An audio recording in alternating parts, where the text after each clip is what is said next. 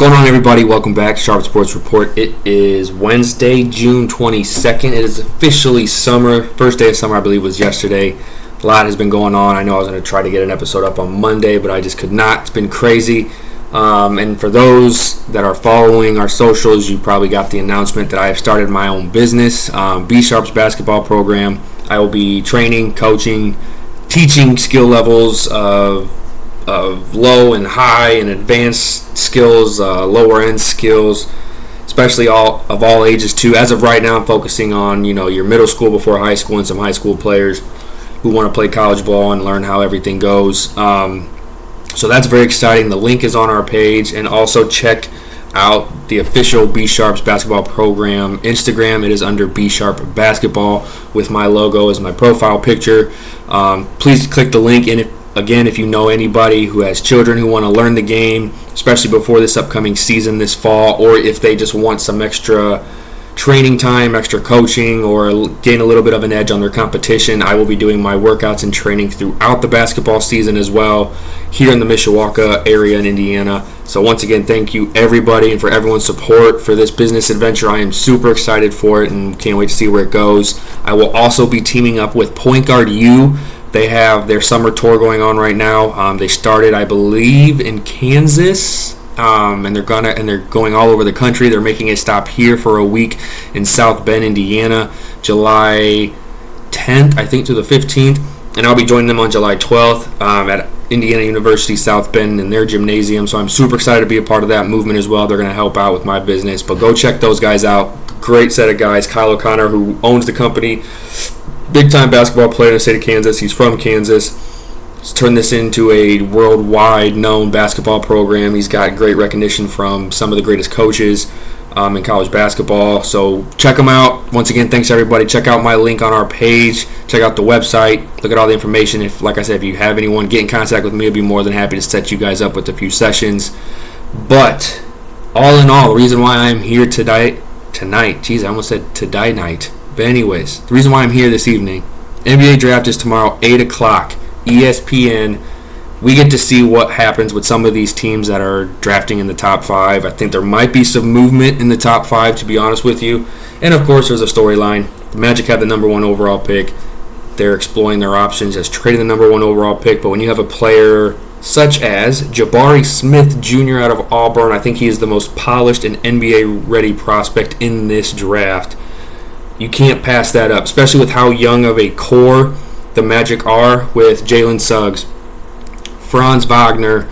I think they're going to lose out on Mo Bamba this year. I think he's going to go somewhere who's a bit of a contender. I mean, he's a young talent out of Texas. He really didn't get much playing time because he was behind Vucevic. So I really think Magic need to stick at number 1, and I think that's what I'm going to go with. I mean, he's my consensus number 1 overall pick, Jabari Smith. He is he's just a great player on both ends of the floor. I mean, not only can he just pick and pop whenever he wants to off a pick and roll, he can drive to the basket. He defends fiercely on the perimeter and in the paint. He can block. He can get rebounds. He can shoot the ball lights out. I think he shot over 42% from deep this past season, which is unheard of. His dad played in the NBA. I believe he played for the Grizzlies back in the day. But I think Jabari Smith is the real deal. I think the Magic will be getting a franchise player, and I think the Magic have a bright future if they pick up Jabari Smith. And depending on how their offseason goes, I think they have some contracts they need to get rid of. I would not be surprised to see Markelle Fultz leave with all the guards that they have. I'm pretty sure they still have Gary Harris in Orlando, and he's like a third string behind Jalen Suggs and Cole Anthony and Terrence Ross, who I believe is still in Orlando as well. But the team is very young, very talented. And you bring in someone like Smith, there's your big 3, Wagner, Suggs, Jabari Smith. Future's looking very bright. Now at number 2, I've had my opinions on this prospect, and I'm here to tell you, I am not here to bash any college prospect, any kid that he's going to the league. It's very exciting. I'm so happy to see kids like this get a chance to be at the NBA draft, to hear their name called, but I'm just going to stick with my guns on this one. I don't think Chet Holmgren will pan out in the NBA. I'm not saying this to anger anybody. I'm not saying this to start an argument over Twitter, the Twitter sphere, Instagram stories, Instagram comments. That's not my goal here.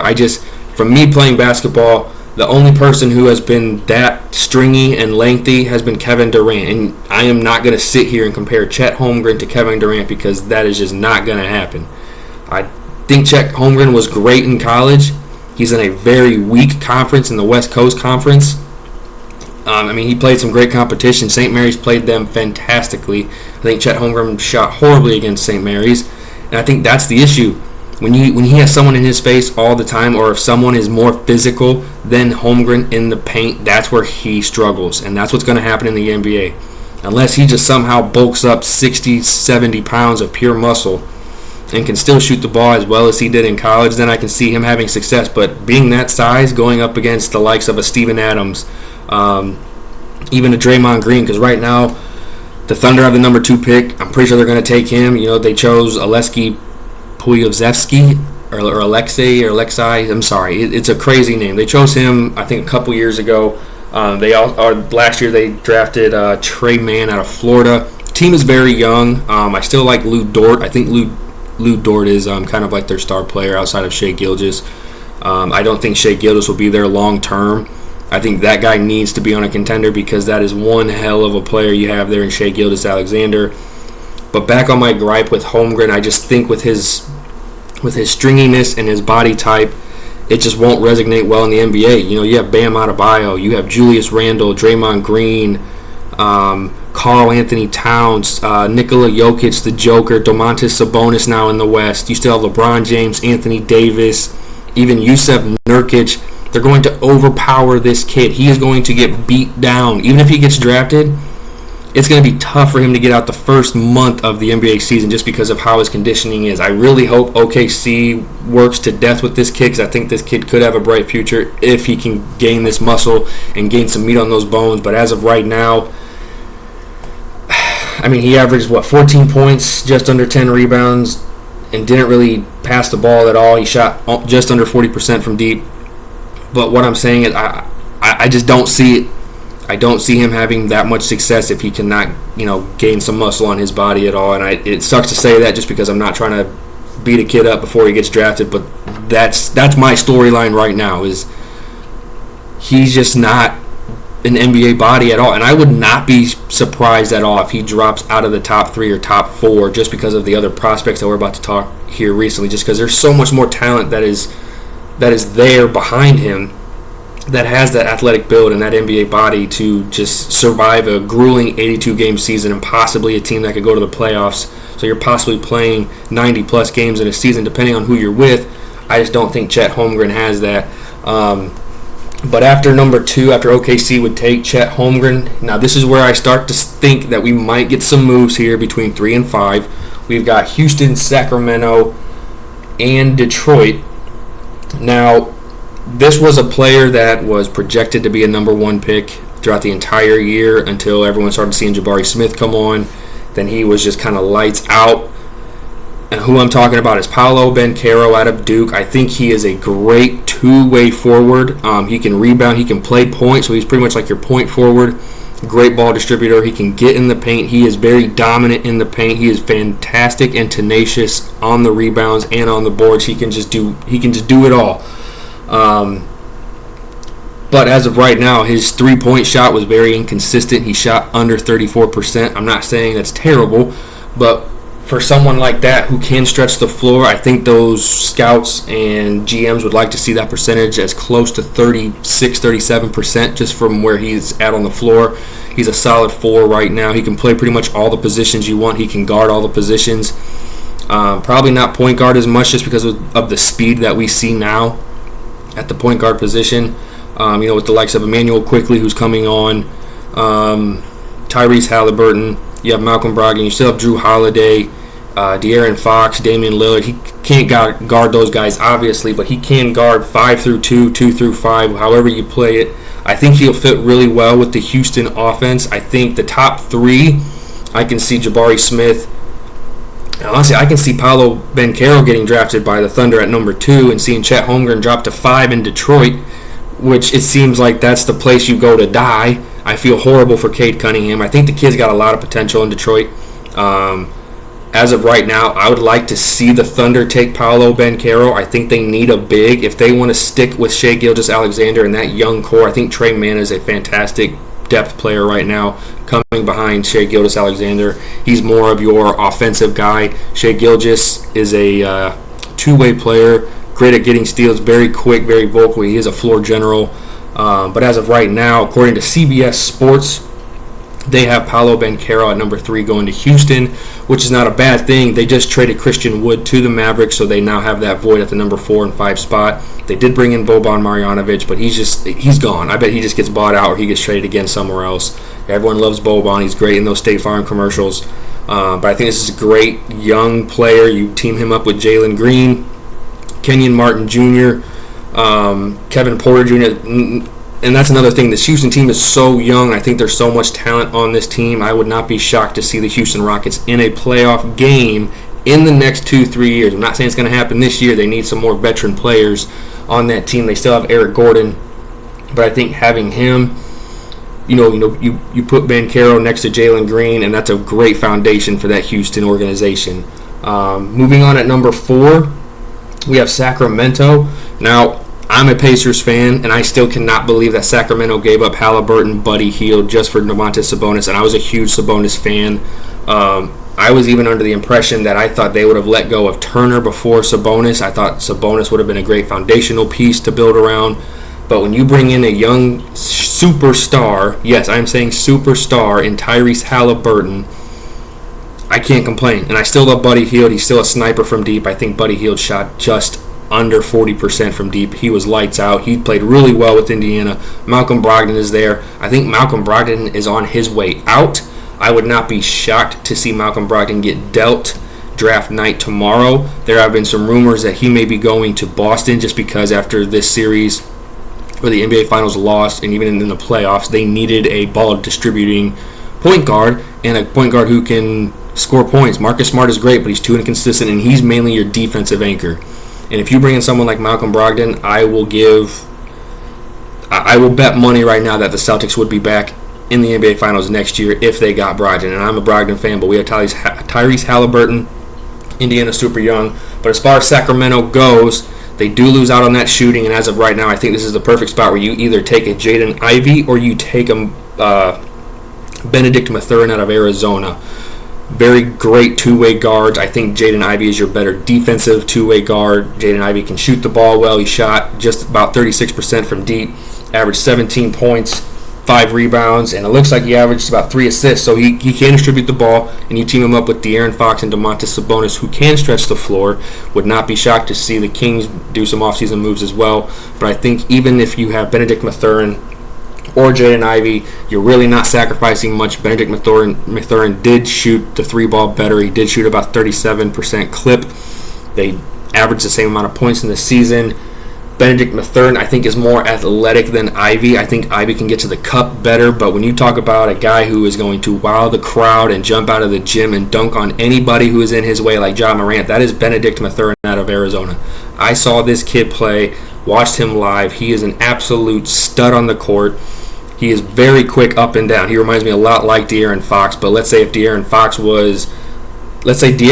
and Ja Morant were just coincided in just the same person and just had the same traits, and they just kind of meshed it into one. That's Benedict Mathurin. I think Benedict Mathurin, outside of Jabari Smith, is going to have a fantastic career in the NBA. I think his game resonates very well in the NBA, especially with how it is moving now.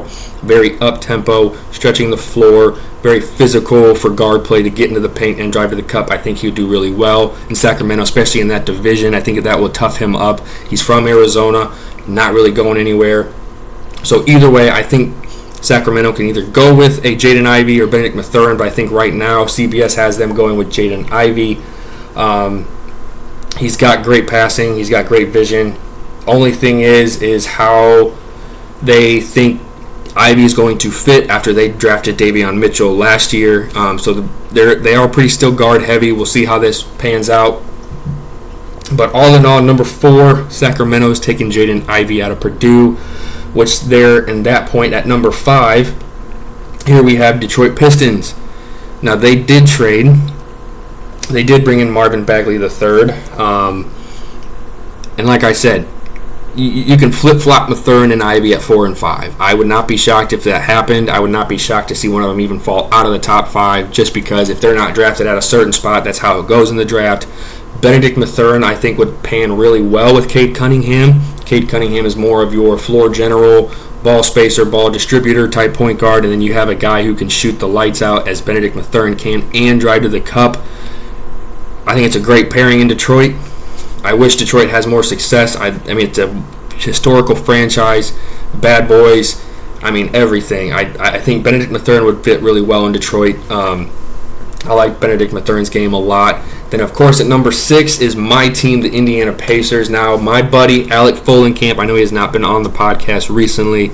He is a huge Hawkeyes fan, and I have become a Hawkeyes fan just because of one and only Keegan Murray out of Iowa. I think this is where Indiana needs to fill in that stretch 4 position after losing Sabonis. Yes, they still have Jalen Smith after that Phoenix trade, but I think he has an option to either opt out or opt into another contract with Indiana, which I think he would opt out. If he does opt out, even if he opts in, I think Indiana should trade him. I think Keegan Murray's the real deal. I think outside Jabari Smith, Keegan Murray is by far the best prospect in this draft. The kid was unbelievable. He was lights out. I just could not believe that at all. Putting up 24 points a game, 9 rebounds, and just under 2 assists, and shot 40% from deep at a 4 position. He is unbelievable, and I really think Keegan Murray could be an all-star in a couple years, and especially with an organization like Indiana where basketball is made, and he's with that GM, Kevin Pritchard. I know a lot of people are going to give me shit because of Kevin Pritchard, but I really think this year he has to have it figured out, especially in regards to the team drafting Keegan Murray. A lot of off-season moves. Like I said, Malcolm Brogdon could be on the move. I would not be surprised if he just trades Brogdon just for some draft capital. Indiana's super young and super talented. If they can hold on to Buddy Hield, that means your starting 5 would be Tyrese Halliburton, either Duarte or Hield. You can even put Keegan Murray at the 4 or 3. I love Isaiah Jackson and what he brought to the team last year. He was great off the bench. I was a Goga Badatse fan when they drafted him. He played really well his rookie year. Looks like Isaiah Jackson kind of took over that spot. But all in all, I think Keegan Murray is the spot here for Indiana at number 6. Now, number 7, we have Portland, and number 8, we have New Orleans. Now, just from a standpoint of, I think we could see some trades here within the first 10 picks. I think either the Portland pick at number 7 or the New Orleans pick at number 8, I think we could see a trade up for a team that doesn't even have a first-round pick. And New Orleans, I think, is a playoff team next year, especially with Zion wanting to come back. You can see the likes of a New York Knicks trading up into that top 10 spot just to pick up someone like a Shaedon Sharpe or a Dyson Daniels. Dyson Daniels has been labeled as the best perimeter defender in this draft. I don't know much about the kid. He only averaged 11 points in the G League, and he shot under 26% from deep, which is a little, eyebrow raising. But if he's labeled as a great perimeter lockdown, they just lost Josh Hart in that trade for C.J. McCollum. I think they would love to have someone like that back. They still have, Jose Alvarado, the Grand Theft Alvarado guy out of Georgia Tech. He came on out of nowhere. I think having someone like that would be great. But like I said, I would not be shocked to see a team like New York, L.A., New York already has the 11th pick. They could even trade that pick up, and I would say they'd probably get rid of somebody off of that cap space. Don't know how much cap space they have, but right now we're just going to do the top 10 picks, and then tomorrow I'll probably do something else. But as of right now, it's pretty straightforward. There have been talks of just Jeremy Sochan, this power forward out of Baylor. He was a top 15 pick. On the fringe a little bit. They had him about 14, 15, and 16, kind of fluctuating in between those 3 picks. Right now he is a top 10 pick. I think just because of how great his rebounding is. And right now they have him going number 8 to the Pelicans. So having him come off the bench with Zion and Herbert Jones out of Alabama, who came on for Pelicans last year, I think it's a great fit as well. Then you have San Antonio at number 9, Washington at 10. The big question is will Bradley Beal sign that big mega superstar deal to stay in Washington? He has said it before. I don't think so. I think Bradley Beal needs to look at himself in the mirror. I'm not telling you, Bradley Beal, if you ever watch this episode, I'm not telling him that I think he needs to do this, but for a player that has put up 30 plus, or who is averaging 30 plus points the past 2 seasons without John Wall there, needs to be on a contender. That team would be absolutely unreal to watch.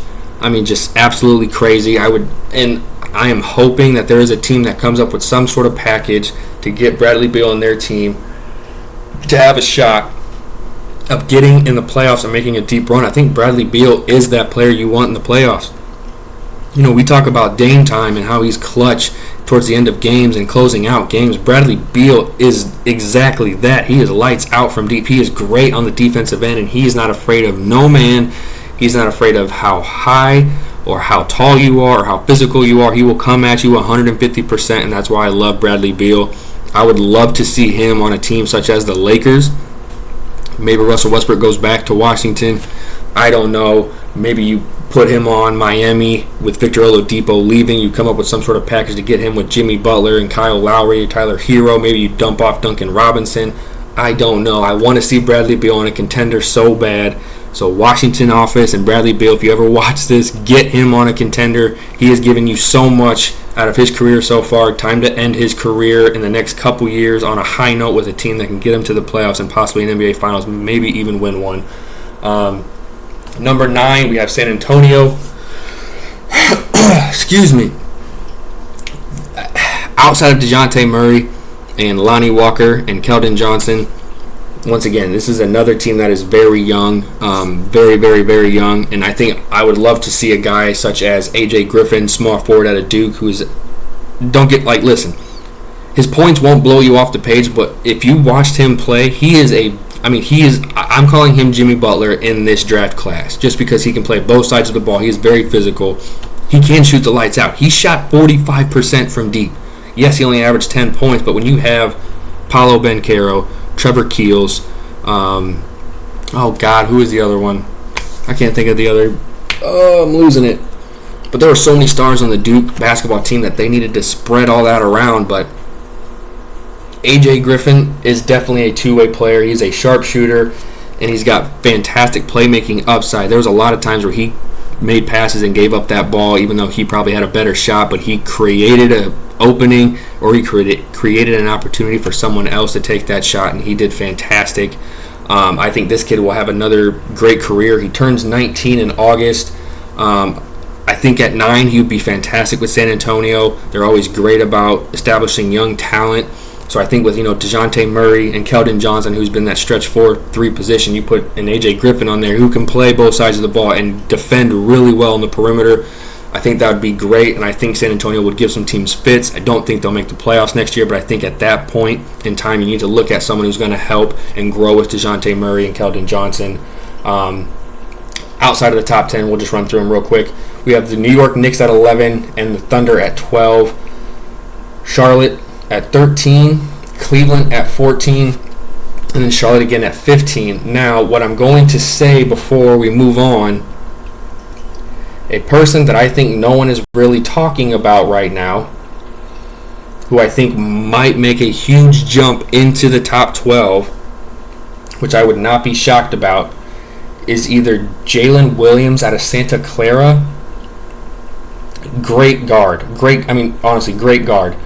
Or I could see either Malachi Branham out of Ohio State or Mark Williams, that fantastic center out of Duke. I think one of those 3 names you could see come up in the draft quite a bit. I could even see a team trading up to get them, or like I said, a team that's not in the first round who would need a young talent like a Branham or a Williams, or I can't even remember the other guy's name. Oh, where'd he go? Jalen Williams. Especially like a contender, like a Memphis, Milwaukee. Milwaukee does have, I think, the 23rd or 24th pick. But look out for those names. Draft is tomorrow. Stay tuned for that. It's going to be a great draft night. I have a Twitter poll that I will be starting tonight. I'll put up a few questions. I think I've put up at least 2 or 3 now before draft night. One of them was, do you think Russell Westbrook will get dealt on draft night? I will put one out tonight based on the Bradley Beal thing, and then I will kind of put some names up there who you think might drop the furthest, or who might gain the most traction tomorrow before draft night starts, or who you might make the biggest jump from, let's say, an early second round pick to a mid first round pick. Or is there going to be some sort of name that we have no idea? I think right now everyone has been talking about this Kai Soto out of the Philippines. Apparently he's really good. He'll be the first Filipino basketball player to be drafted from the Philippines, which would be fantastic. You always love to see stories like that. But stay tuned for that. Make sure to follow us on Twitter and Instagram. And once again, if you haven't had a chance, go look at my website for B Sharp Basketball Program. I'm excited to get some training done and help some kids out learn the game and get them at a level that they can succeed at and excel at. Be more than happy to do anything I can to help you or your kids out if you are interested in learning more about the game or honing in on some skills you already have. Now, I will say some exciting news. Next week, we'll be starting our college football preseason projections. I will be starting that on, let's say the draft is tomorrow. I could do a Friday. We can start Friday. We'll start Monday fresh, and I'll probably go 2-3 episodes next week. We'll start at 25. We'll probably do about 5 teams every couple episodes until we get to the top spot. We are closing in on college football season. I am super excited about college football season coming back. Notre Dame is still the number 1 recruiting class for 2023. Yes, if you're not a Notre Dame fan, I'm sorry. This is all I'm just crazy about the Freeman era right now. And as of right now, there has been some news. C.J. Carr, the 5-star quarterback who is the grandson of Lloyd Carr, the Michigan head coach great of all time, might be reclassifying to come in next year depending on this situation with Dante Moore Jr. Big news in college football. I think it's going to be a fantastic year. It's going to be a very exciting year.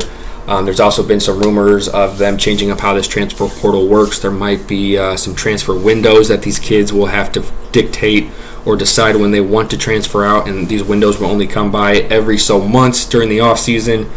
But get ready, because next Monday will be college football talk. We are going to dive deep into these teams.